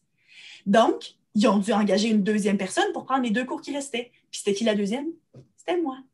Fait que je me rappelle quand j'ai reçu l'appel qui disait, on a décidé d'aller avec telle personne, puis j'étais comme, OK. Puis tu sais, oui, j'étais déçue parce que oui, secrètement, j'espérais, mais je savais que les chances étaient minces. Puis je me rappelle, j'étais dans un cours à l'université cette journée-là, puis je suis sortie du cours en plein milieu pour répondre au téléphone. Mais par exemple, elle ne peut pas prendre toute la tâche, fait que les 2 cours qui restent, on te les offre à toi. Et je me rappelle d'être partie à la course, d'être rentrée dans la classe, puis tu sais, dans mon cours d'université, là, c'est tout du monde qui veulent devenir prof de cégep, là, puis de rentrer faire « je vais enseigner pour les 5 prochaines semaines », genre, je capotais. C'est tellement malade, là. C'est trop cool comme histoire. Fait que je me rappelle après ça d'être allée au cégep, puis d'avoir vu c'était quoi mon horaire, parce que là, j'allais enseigner 2 cours, fait que j'étais pas à temps plein, fait que je me suis dit, je suis capable d'enseigner 2 cours puis d'aller à l'université, c'est sûr. En plus, mon chum, il est là. Les cours que je vais manquer, au pire, lui, il va prendre des notes pour moi, puis genre, je vais m'arranger. Puis, qu'est-ce qui était merveilleux, c'est que l'université était super compréhensif, parce que les autres, justement, le but, ils me forment en espérant que j'ai une tâche au cégep. Fait que si j'en ai une, ils sont comme, oui, on va t'accommoder, on va t'aider. Fait que finalement, je manquais des cours. Puis finalement, il y avait eu de la mauvaise communication, puis la prof en question n'est pas revenue de toute la session. Finalement, là, j'ai enseigné toute la session sauf les 2 premières semaines parce que sa convalescence était plus longue que prévu. Fait que finalement, j'ai fini mon programme d'université à temps plein. Merci beaucoup à mon chum qui a fait genre beaucoup de la job, sérieux. Hey, sérieusement, là, il y a un cours en particulier là, que je suis allée une fois au début de la session, une fois pendant la semaine de relâche parce que le cégep et l'université n'avaient pas la semaine de relâche, puis à l'examen final. Puis l'examen final, je me suis présentée, puis je savais qu'il fallait que je le fasse en 1 heure au lieu de 3 parce qu'il fallait que je retontisse à Lévis pour aller donner mon cours. What? Ouais, je m'étais présentée à l'examen, je m'étais assise, puis je me suis dit, bon, je suis censée avoir 3 heures, mais dans 1 heure, il faut que je m'en aille. Go! My God! T'avais eu combien à cet examen-là? Tu te rappelles-tu ta note? Je m'en rappelle pas, mais j'avais passé, clairement. De toute façon, ça, j'étais avec Alex dans ce cours-là. Puis, tu sais, les travaux, ils valaient plus. Puis, tu sais, c'est lui qui avait travaillé fort sur le travail. Puis, ça fait comme... C'est plate à dire, là, mais le cours de mesure et évaluation, là, je n'ai pas appris grand-chose là-dedans. Mais j'ai passé. Puis, depuis ce temps, j'enseigne à Lévis. J'ai pas toujours été à temps plein. C'est pas toujours, tu sais... Au collégial, c'est pas évident. C'est pas le genre de milieu où est-ce que tu as une permanence rapidement. D'une session à l'autre, les tâches changent selon le nombre d'étudiants, selon les cours qui se donnent, ça varie beaucoup. Mais j'ai été vraiment chanceuse. Fait que j'ai enseigné un petit peu par-ci par-là, mettons, à Thetford, puis j'ai appliqué à d'autres cégeps aussi où est-ce que je me suis fait offrir des tâches. Mais j'ai principalement toujours travaillé à Lévis. Puis moi, je le savais que c'est là que je voulais. T'sais, tous mes anciens profs sont maintenant mes collègues. C'est là, genre, le premier amour de ma vie. Là, c'est comme, j'aimais ça. Fait que même si j'avais des opportunités ailleurs, moindrement que Lévis m'offrait de la job, je restais là. Puis je sais que ça a été un atout pour moi d'avoir été étudiante là, puis d'avoir autant un attachement parce que, c'est ça, j'ai toujours adoré ça. Puis encore aujourd'hui, là, je suis à temps plein quasiment tout le temps. Plus que ça va, plus que je prends d'ancienneté, puis que je prends ma place. Mais tu sais, mon timing était vraiment bon. Puis souvent, quand j'ai des étudiants qui viennent dans mon bureau puis qui capotent parce que là, ils sont genre « Oh là, je vais couler tel cours. Oh my God, là, ça se peut que je change de programme. » Puis là, tu sais, ils sont en panique parce qu'ils sont en train de perdre le contrôle sur qu'est-ce qui se passe. Puis à chaque fois, ils sont comme « Oui, mais là, mon parcours, oh, mais là, tu sais, je finirai pas en 2 ans. » Puis ça. Puis à chaque fois, je leur dis « Non, mais relax. C'est pas grave. T'es pas obligé de finir ton cégep en 2 ans. » J'ai dit, moi, là, j'ai fait mon cégep en 3 ans, puis j'ai fait mon université en 3 ans et demi, puis après ça, 1 an de plus. Mais j'ai dit, si j'avais tout de suite su ce que je voulais, si j'avais fait juste 2 ans de cégep, j'avais fait mon bac en 3 ans, si je m'étais toute dépêchée pour le faire, là, ben, j'aurais été prête à être sur le marché du travail à 22 ans. Puis jamais j'aurais eu la maturité de me faire engager comme prof de cégep. Jamais il y aurait eu l'opportunité qu'il y a eu, que ma collègue, dans ce moment, elle serait partie en congé maladie. Jamais je serais arrivée direct comme il y a 2-3 profs qui prenaient leur retraite. Fait comme, finalement, ça n'aurait pas été un bon timing. Fait comme dans la vie, là, il n'y a rien qui arrive pour rien. Puis si ça prend plus de temps à arriver quelque part, ben c'est juste parce que c'est ça qu'il fallait. Parce que j'ai commencé à enseigner à 24 ans, puis ben honnêtement, il n'aurait pas fallu que je sois bien plus jeune. Puis sinon, tu as le même âge que tes étudiants, puis tout. Fait que comme, je pense que moi, mon parcours a vraiment fini par tout tomber à la bonne place puis être exactement ce que j'avais besoin. Puis depuis ce temps-là, c'est ça que je fais, puis j'adore ma job. Puis tu comptes justement faire ça. Tu sens que c'est ta job pour au moins, genre, beaucoup de prochaines années, c'est ça? Oui, c'est ça. J'ai reçu mon papier du gouvernement l'autre jour disant que, en 2031, genre, non, c'est pas vrai, ça se peut pas. 2050, dans 35 ans, genre. Oh my God. 35 ans. Fait que 2056, j'étais comme, oh, mais ça veut que c'est dans vraiment longtemps dans ma tête. Mais ouais, c'est ça. Je me vois faire ça encore un bon bout. Cool! Ah, ben c'est fun, un beau parcours. Ben clairement, je savais. Je connaissais déjà ton parcours, mais je trouve ça le fun, justement, qu'on en parle. Je trouve ça fun. OK. Fait que là, moi, il me reste après mon université. Ouais, c'est ça. Qu'est-ce qui s'est passé une fois que tu as fini ton bac en théâtre à Bishop? Bon, fait que là, j'ai fini mon bac. Là, je savais toujours pas qu'est-ce qui se passait. Puis à Bishop, ils n'ont pas de programme de maîtrise et quoi. Puis je savais que, bon, j'ai toujours voulu aller à Montréal. Puis de toute façon, à Sherbrooke, il n'y a rien qui se passe comme de travail de acting, là, d'acteur. Fait que j'étais comme, clairement, ça se passe à Montréal. Puis je voulais pas retourner à Québec parce que je me suis dit, si je retourne à Québec chez mes parents, ben là, c'est plus dur de repartir, genre, tu sais. Fait que là, je me dis, bon, je pars sur la même lancée. Puis j'ai aménagé, puis j'étais avec mon ex dans ce temps-là. Fait qu'on a aménagé à Montréal. Puis c'est ça, comme j'en ai parlé. C'était ça l'épisode passé qu'on en a parlé? En tout cas, dans quel épisode qu'on a... Oui, c'est ça, il y a 2 épisodes, on a parlé de relations. Il m'a laissé. Puis je pense que c'est à ce moment-là que ça m'a comme frappé un petit peu. Parce que jusqu'à ce point-là, je savais toujours pas qu'est-ce que je voulais faire, mais tu sais, je savais que je voulais comme soit acter dans un show de télé ou bien sur scène. J'aimais ça chanter. Tu sais, j'aimais tout faire ces affaires-là artistiques, mais je savais pas encore comment m'y prendre. Puis c'est quand il m'a laissé que, tu sais, on dirait que quand t'es 2 artistes puis que tu sais pas où est-ce que tu t'en vas, ça file plus safe, ça file plus sécuritaire que se ramasser tout seul à Montréal, dans une place où justement, je connaissais pas les alentours, je connaissais personne, je savais aucunement dans quoi que je m'en allais côté job. Puis encore une fois, je faisais beaucoup d'anxiété. Que genre, là, à ce point-ci, vu que j'étais seule, il fallait que j'aille faire mon épicerie seule. Ça, c'est quelque chose que genre, ça peut paraître con, là, mais comme moi, c'était énorme. Là. Fait que je pouvais pas m'imaginer avoir une job. Je savais pas par où commencer. J'étais vraiment perdue pendant un petit bout. Ça n'a pas été long. Puis après ça, j'ai reçu un message Facebook d'une fille avec laquelle j'étais allée au secondaire. Puis en fait, on était en théâtre ensemble. Puis on n'était pas nécessairement tant proches dans le programme de théâtre, mais c'est ça, on avait fait 2 ans ensemble, fait qu'on se connaissait. Puis elle m'a juste envoyé un message, puis elle m'a dit « Ah, j'ai vu que tu es à Montréal maintenant. Je travaille sur un show. » Elle a faisait côté technique, là.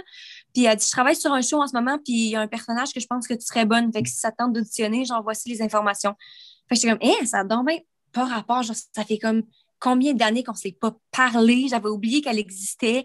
Puis c'est un show pour enfants. Fait que j'étais comme « Ah, tu sais, je sais pas si ça me tente de faire un show pour enfants. » Puis l'audition, c'était une fin de semaine que je pensais retourner à Québec. Fait que j'étais comme est-ce que, tu sais, je pense que dans un sens, ma tête essayait de trouver une raison de pas le faire parce que j'avais peur. C'est ça, tu sais, j'étais stressée puis j'avais peur.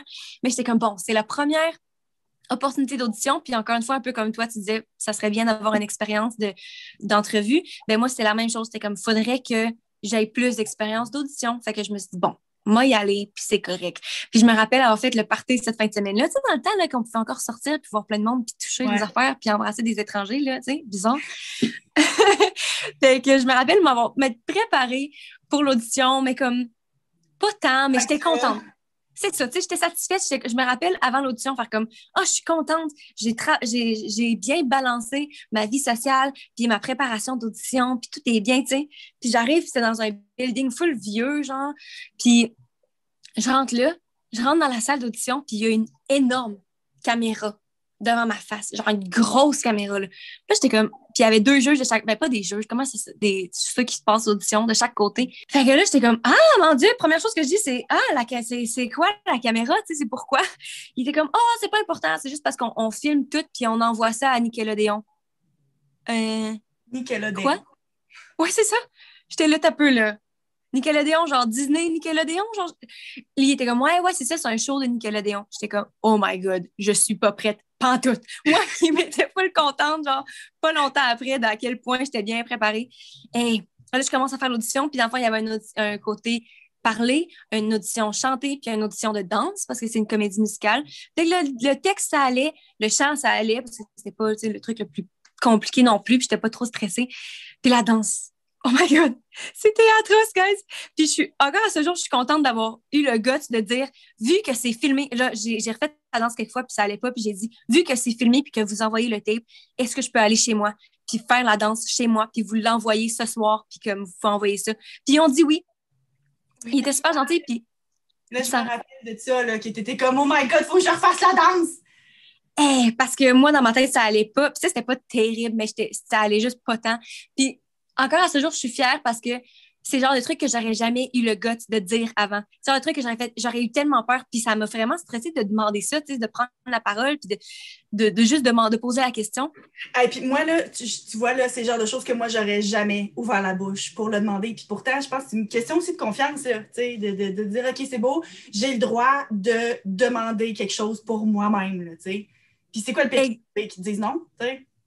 Exact, c'est ça. Puis on dit oui, puis tout. Fait que bref, ça pour dire que j'ai eu le rôle, puis je me rappelle être allée sur place pour... Ben, il y a eu d'autres auditions par la suite, là, mais comme j'ai fini par avoir le rôle, fait que j'étais super contente. Puis je me rappelle être allée sur place pour signer le contrat, puis tout. Puis ils m'ont assis, puis ils ont dit, bon, fait que, dans le fond, c'est une tournée au Canada, puis le show, c'était un show anglophone. Il y avait quelques shows en français, mais la plupart des shows, c'était en anglais. Fait qu'encore une fois, je suis contente d'avoir fait mon école en anglais parce que j'ai pris tellement de confiance en anglais. Tu sais, avant ça, j'étais quand même bonne, mais là, j'étais rendue à l'aise de parler anglais, puis que ça m'a permis justement d'avoir ce rôle-là, puis d'être à l'aise avec. Fait qu'encore une fois, quand rien n'arrive pour rien. Puis, ils m'ont dit justement, tu sais, ça va être une tournée au Canada pendant, je pense, 4 mois. Fait que là, je capotais. J'étais comme, oh my God, une autre tournée, c'est malade. Puis, ils ont glissé ça, ils ont dit, puis aussi, on compte, ben, tu sais, Nickelodeon est en train de signer un contrat pour faire ce show-là, mais en français, en France. Puis, vu que tu parles français, ben, si tu es intéressé, ça se pourrait très bien qu'on t'offre le rôle. J'étais là, quoi? Une tournée internationale! C'est ça, une tournée, un tour de France dans les plus grosses zéniths de France. Moi, j'ai commencé en allant passer une audition juste pour dire dans un édifice qui avait l'air complètement abandonné pour un show pour enfants d'une fille que je connais du secondaire qui m'a écrit sur Facebook. Genre, ça a tellement pas l'air legit, là. Puis ça se tournait en 2 tournées, genre au Canada puis en France, et je capotais. Fait que ça l'a occupé mon année après ça qui a suivi, genre mon année juste après l'université. Puis j'ai rencontré plein d'amis que j'ai encore des amis aujourd'hui. Puis c'était tellement trippant. Puis en fait, de faire ce show pour enfants-là, j'ai trippé, mais ça m'a fait me rendre compte que je sais pas si je voulais juste faire ça dans la vie parce qu'il manquait de substance. Genre, j'ai vraiment trippé comme expérience, puis j'ai vraiment aimé de pouvoir voyager. Mais veux pas, tu répètes le même show 2-3 fois par jour. Même, on faisait le show plusieurs fois par jour. Puis c'était comme tu roules sur l'automatique, tu sais. Tu arrives là, tu dis les mêmes paroles, tu fais les mêmes mouvements, tu fais la même affaire, à la fin de la journée, t'es mort, t'es brûlé, tu veux juste dormir, puis le lendemain, tu recommences, tu sais. Puis dans cette tournée-là, j'ai rencontré deux filles, 2 de mes amies d'aujourd'hui, qu'on a créé un mouvement, en fait, ça s'appelle Formule 3V. Je ne m'embarquerai pas là-dedans, mais en gros, on a un vraiment bon message par rapport à ça. Puis c'est un petit peu similaire à ce qu'on veut faire avec le podcast, en fait, quand j'y pense. Ça, on voulait vraiment communiquer avec les gens, puis parler de notre expérience, puis grandir par rapport à ça. Puis je pense que on a eu ça pendant la tournée quand on a parti notre chaîne YouTube, en fait, 3 Québécoises en France, puis on vloguait l'expérience, puis on avait aussi des vidéos où est-ce qu'on parlait, puis on faisait chit-chat, genre on parlait d'un sujet X. Puis ça nous a permis de pas virer fou à juste faire un show pour enfants, puis avoir l'impression qu'on n'a pas de but dans la vie autre que d'être des marionnettes, genre, tu sais. Fait que ça, c'était vraiment le fun, puis justement, ça m'a ouvert vers le côté un peu plus comme avec le podcast. Fait que j'aime ça connecter avec les gens, j'aime ça parler, j'aime ça apprendre, j'aime ça ci, puis ça. Puis en revenant de la tournée, ben là, on a continué notre mouvement ensemble. On est allé dans des écoles pour parler des sujets X, pour aider les jeunes avec ça. Puis on a commencé à écrire des shows de télé parce qu'on voulait avoir notre show de télé, parce que j'ai toujours voulu ça. Puis eux aussi étaient intéressés. On sait que si on veut rejoindre le monde, il faut être visible, tu sais. Puis on n'était pas encore connus, il n'y a personne qui écoutait nos vidéos YouTube, fait que, tu sais, c'était pas comme ça qu'on allait partager notre message. Fait qu'on a commencé à travailler là-dessus, puis à essayer d'être accepté, puis ça a tellement été dur, parce qu'on est personne. Tu sais, souvent, on est allé dans des boîtes de production, puis ils étaient comme, les filles, j'aime full votre énergie, vos idées sont bonnes, mais pourquoi vous? Genre, j'ai envie de prendre votre show, puis de le donner à Marie-Pierre Morin, ou à quelqu'un qui est déjà connu dans l'industrie, puis d'être sûr que le show va bien fonctionner à cause de ça. Fait que c'était vraiment dur de tout le temps se faire dire ça. Puis finalement, il y a Radio-Canada qui a refusé notre projet, mais qui nous ont dit, on a un autre projet, un spécial de 1 heure qu'on cherche. Fait que si jamais vous voulez vous essayer puis écrire un show, ben on va vous considérer. Fait que nous, 2 minutes plus tard, on était au Starbucks en bas. On était déjà en train d'écrire un show de télé. Puis ils ont accepté notre idée. Fait que ça, c'était vraiment trippant parce que c'était un nouveau côté. Tu sais, comme là, jusqu'à date, j'avais fait beaucoup de théâtre. J'avais fait justement des comédies musicales. C'est ça, tu étais dans la performance, là, tu étais dans l'écriture puis la production, là, tu sais. Exactement. Puis c'est là que je me suis rendu compte qu'il y a un monde tellement différent. Il y a tellement de gens qui faisaient partie de ce show de télé-là, puis tellement d'étapes que j'étais pas au courant. On a travaillé sur ce show-là pendant plus qu'1 an et demi. Puis nous, avec l'écriture, puis du moment où on a commencé à le créer, genre 2 ans, là, c'était quelque chose. Pour un spécial d'une émission d'1 heure, là. C'est ça, 1 heure. Fait que, bref, ça, c'était fou comme... Puis j'étais animatrice sur ce show-là et actrice parce qu'il y avait des bouts de ce qu'on animait puis tout. Puis je me suis rendu compte, en fait, que le côté animatrice, ça me stressait tellement, là. Je pense pas que c'est pour moi. Mon anxiété ressort trop, puis de pas avoir de script, justement, je suis habituée en théâtre de tout le temps savoir quoi dire, puis comme runner un petit peu sur l'automatique, mais là, de pas tout savoir, c'est un bout qui me stressait tellement que j'ai pas l'impression que j'étais en bonne. Je sais pas si c'était pour moi, mais le côté scripté, j'aimais ça. Fait qu'en tout cas, encore une fois, c'est une autre expérience. C'est juste drôle parce que maintenant, avec ta chaîne YouTube, c'est jamais scripté ton affaire, là. Ou, nous autres aussi, dans notre podcast, on prépare un peu, mais c'est pas scripté du tout, puis pourtant, t'es très à l'aise.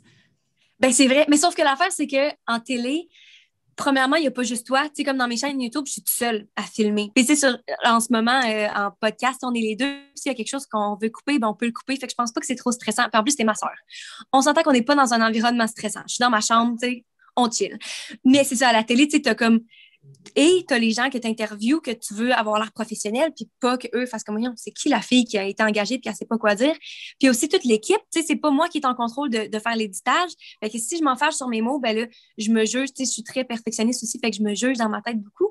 Puis en plus, j'ai été encore plus au courant des coûts. Ça a coûté tellement cher, guys, juste pour un épisode de 1 heure, puis tous les gens qui sont inclus là-dedans, puis le monde qui travaille, puis sont sur le set, puis il faut payer ce monde-là. Fait que si ça te prend 3 takes à refaire la même affaire, ce temps-là, ça coûte cher. Genre. Fait que c'est tellement de pression. Peut-être que je vais aimer ça faire ça plus tard, mais puis j'ai aimé ça dans le moment parce que c'était une expérience courte, mais justement, c'était énormément de pression, puis je sais pas si ça me tenterait de continuer là-dedans. Fait que si vous comprenez le pattern, là, à ce point-là, je suis rendue...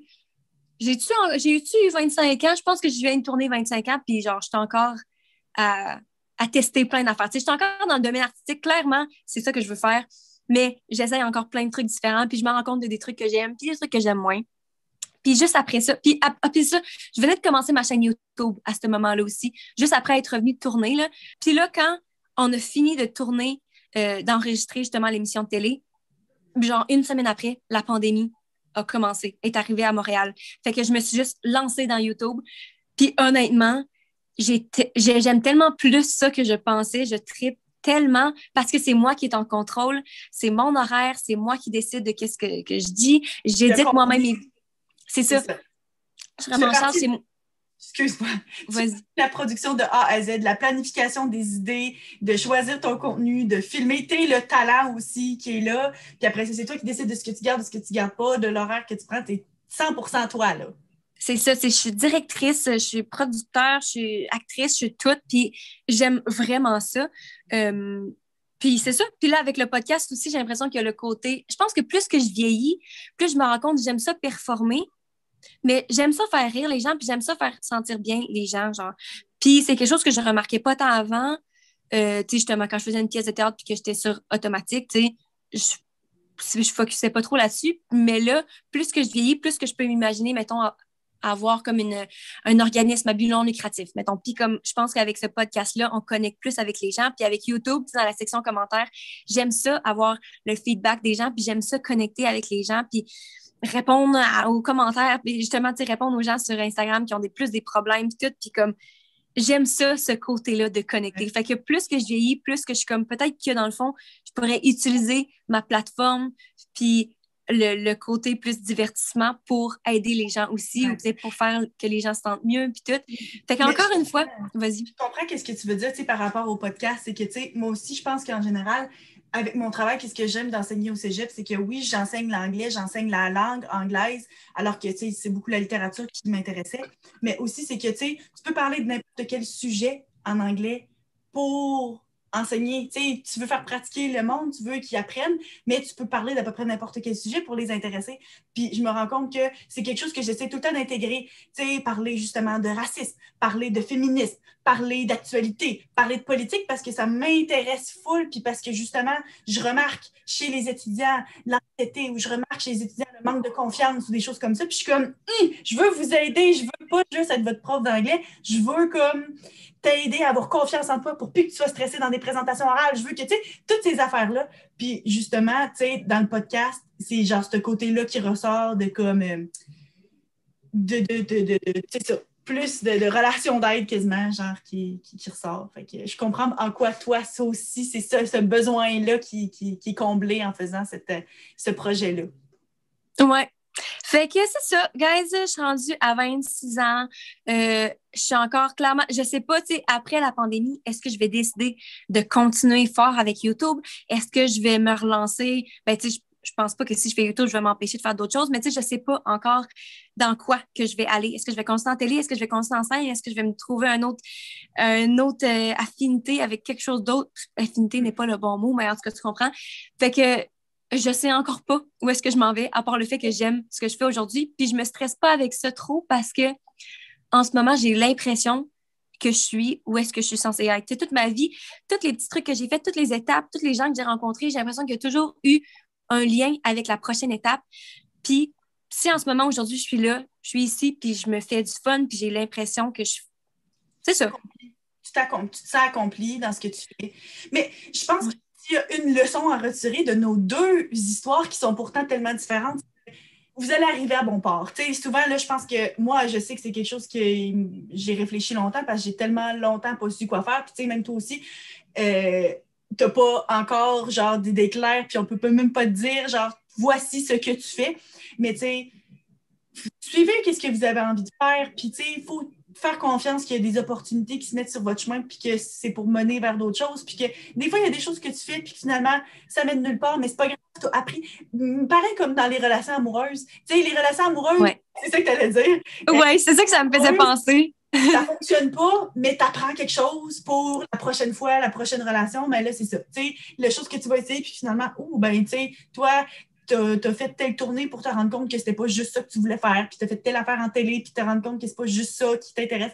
Fait que, tu sais, tout ça contribue à la personne que vous êtes, puis rendu là, de se sentir accompli dans le travail, c'est pas nécessairement juste par rapport à un titre que t'as ou bien par rapport à un salaire que t'as. Tu sais, c'est toi, est-ce que tu sens que tu te réalises dans ce que tu fais? Puis rendu là, que tu sois capable de dire « je suis prof de cégep » ou « ben, je suis dans les arts », ben rendu là, si toutes les deux, on se sent bien là-dedans, ben c'est correct. Puis il n'y en a pas de job plus hot que d'autres parce que tout le monde contribue à la société. Puis toutes les jobs sont importantes. Que ce soit une affaire que tu auras faite après le secondaire ou après le cégep ou après 850 années d'université, que ce soit dans entertaining ou pour enseigner ou pour être médecin, c'est tout important.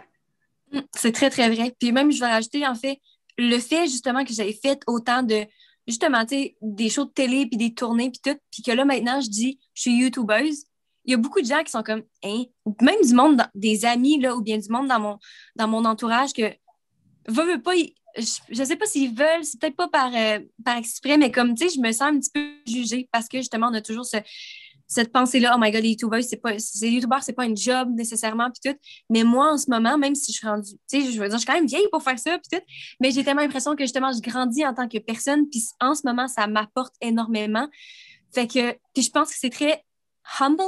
C'est quoi? En tout cas, ça fait que je suis plus terre à terre. Je pense que le fait, justement, que c'est ça que j'aime en ce moment, ça le fait que je me suis forcée à justement pas vivre à travers le jugement des autres parce que sinon, je suis sûre que j'aurais la pression de faire comment je peux pas juste faire YouTube. Il faut que je sois encore il faut que je fasse des shows, il faut que j'aille un prochain projet puis tout. Mais non, c'est pas qu'est-ce que les gens pensent qu'il faut que tu devrais faire dans la vie ou que tes parents pensent que tu devrais faire. Non, le but, c'est d'être heureux dans ce que tu fais avec toi-même dans le moment.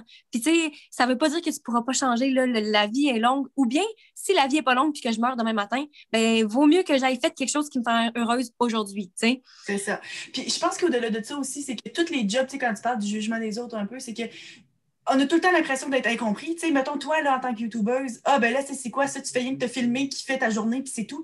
Mais, tu sais, le monde ne comprend pas tout ce qui vient comme organisation en arrière de ça. Puis c'est la même chose. Moi, des fois, en tant que prof, ben oui, vous autres, vous avez 8 semaines de vacances l'été. T'as un peu, là, tu sais, tout le monde, quelqu'un qui est entrepreneur, c'est le fun, tu fais tout le temps tes horaires. Tu sais, il y a toujours quelque chose que tant que tu ne l'as pas vécu, tu sais pas tout le revers de la médaille. Fait que, tu sais, un médecin assez hot, oui, tu fais 400 000 par année, mais t'as un peu la vie des gens entre les mains. Oui, OK, moi, j'ai 8 semaines de congé l'été, mais toute l'année, je suis payée pour un certain nombre d'heures que je dépasse clairement. Oui, toi, tu fais rien que filmer ta journée, en guillemets, mais comme tel, tu as de la planification, tu as de l'éditage, tu sais, il y a tellement de choses derrière ça que comme tel, le jugement des autres, ben justement, c'est un jugement, ils savent pas tout ce qui implique faire peu importe quel job.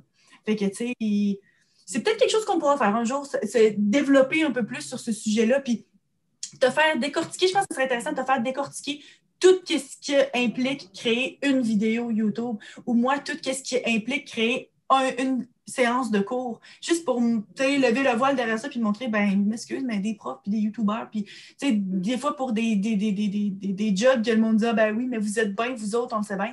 Un peu. C'est pas donné à tout le monde, puis c'est pas nécessairement si facile que ça. Mm-hmm. On n'a pas de questions à répondre cette semaine. Premièrement, parce que là, ça fait un méchant bout qu'on parle. Puis deuxièmement, on n'en a juste pas. Fait qu'on va arrêter, on va conclure là-dessus. J'espère que il y avait plusieurs personnes qui avaient démontré un intérêt à ce qu'on parle de notre carrière. Tout ça, fait que j'espère que ça a répondu à ce que vous espériez comme contenu. On a pas mal tout, on a couvert tout par rapport à notre carrière. Fait que là, si ça vous va pas, on ne sait pas quoi dire. Là. Et puis, la semaine prochaine, pour l'épisode 9, c'est 10 astuces pour améliorer sa confiance en soi. Pas son image corporelle comme l'épisode 2, pour améliorer sa confiance en soi. Puis on a bien hâte que vous l'écoutiez, celui-là. Ouais, j'ai enregistré et tout, il va falloir commencer par faire ça, là, mais ouais. Oui, c'est ça, j'allais dire, j'ai vraiment hâte de l'enregistrer. On a vraiment des bons points, puis je pense qu'encore une fois, c'est un sujet, je veux dire, tout le monde veut avoir plus de confiance en soi ou en a besoin, je pense. Fait que je pense que ça va être vraiment intéressant. Parfait. Fait que suivez-nous sur Instagram à les.grandes.sœurs au pluriel ou bien vous joindre à notre communauté Facebook, Les Grandes Sœurs au pluriel aussi. Puis on se voit là. Allez nous poser. Oui, allez nous poser des questions. On parle en même temps. Allez poser vos questions là-bas pour qu'on puisse y répondre à la semaine prochaine ou peu importe. Ben, sûrement pas la semaine prochaine parce qu'on va l'avoir déjà enregistré. En tout cas, bref. C'est ça. On vous voit la semaine prochaine. Bye! Bye!